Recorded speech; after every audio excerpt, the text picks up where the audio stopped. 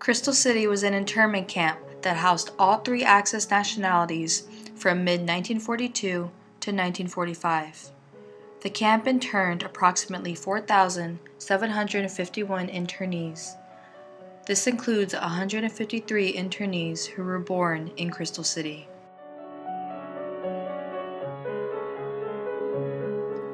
When the internment camp opened in December of 1942, the site was about 240 acres in size, with 41 small three-room cottages and 118 one-room shelters.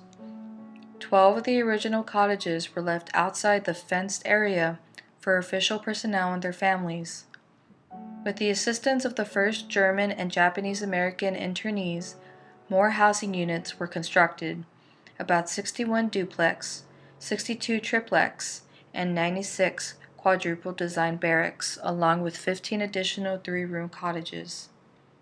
As the camp became fuller, an addition of victory huts were built around the camp. The Immigration and Naturalization Service, or INS, designed the internment camp much like a small community.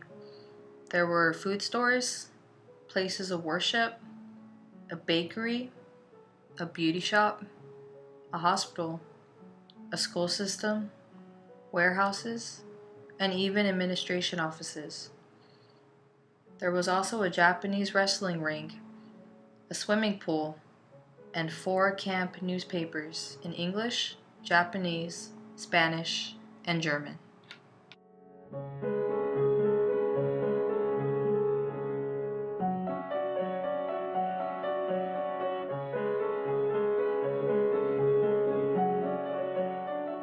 In respect to the Third Geneva Convention, no internee was forced to perform manual labor.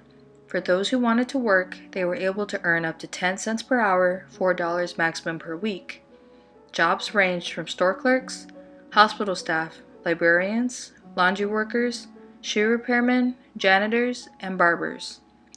Internees with agricultural experience worked in the camp's internal orange orchard and vegetable gardens. In an effort to prevent them from taking cash in the event of an escape attempt, camp script was issued to them. The camp script was pressed paper and plastic tokens that resembled coins or poker chips, but had no legal value. It must have worked since there were no reported escape attempts from the Crystal City family internment camp.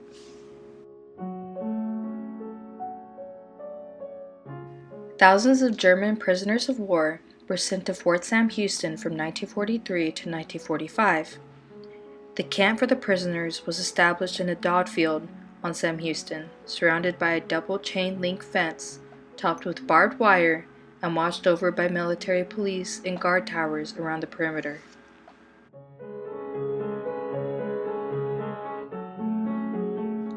Accommodations in the Fort Sam POW camp were squad tents.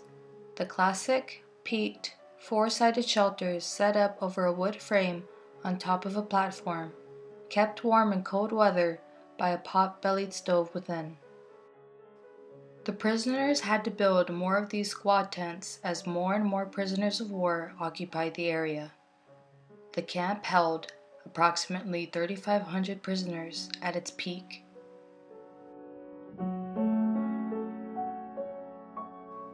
In accordance to the Geneva Conventions, POWs had to get food, clothing, and medical care equal to that of their captors.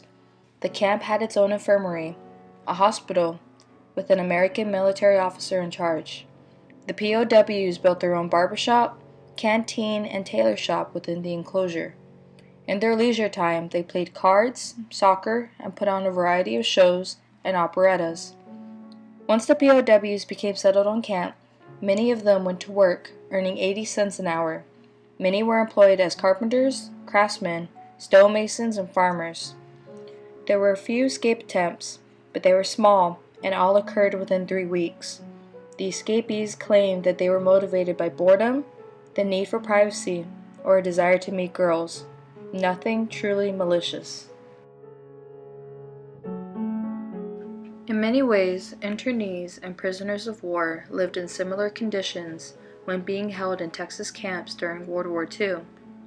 This is a sad reality, since the only crime internees committed was being born from a different heritage.